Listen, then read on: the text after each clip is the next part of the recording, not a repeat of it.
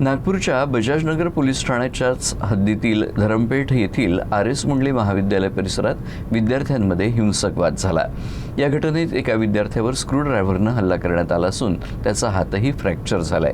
या प्रकरणी पोलिसांनी 4 आरोपींच्या विरोधात गुन्हा दाखल करून तपास सुरू केला आहे। मिळालेल्या माहितीनुसार विशाल शुक्ला असं जखमी विद्यार्थ्याचं नाव असून तो BComचा विद्यार्थी आहे। महाविद्यालयात आयोजित NCC शिबिरादरम्यान विशालचा मित्र बालकृष्ण चौरागडे आणि एका विद्यार्थिनीमध्ये वाद झाला होता। 30 मे रोजी महाविद्यालय परिसरात दोघांमध्ये पुन्हा शाब्दिक वाद सुरू झाला। यावेळी विशाल शुक्ला आणि इतर विद्यार्थी संबंधित विद्यार्थिनीची समजूत काढण्याचा प्रयत्न करत होते।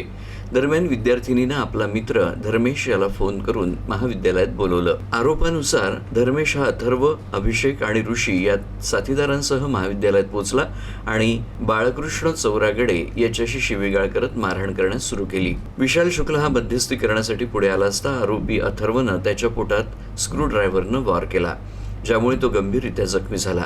तसंच धर्मेशनं लाकडी दांडक्यानं त्याच्या हातावर प्रहार केला, त्यामुळे त्याच्या हाताला फ्रॅक्चर झालं।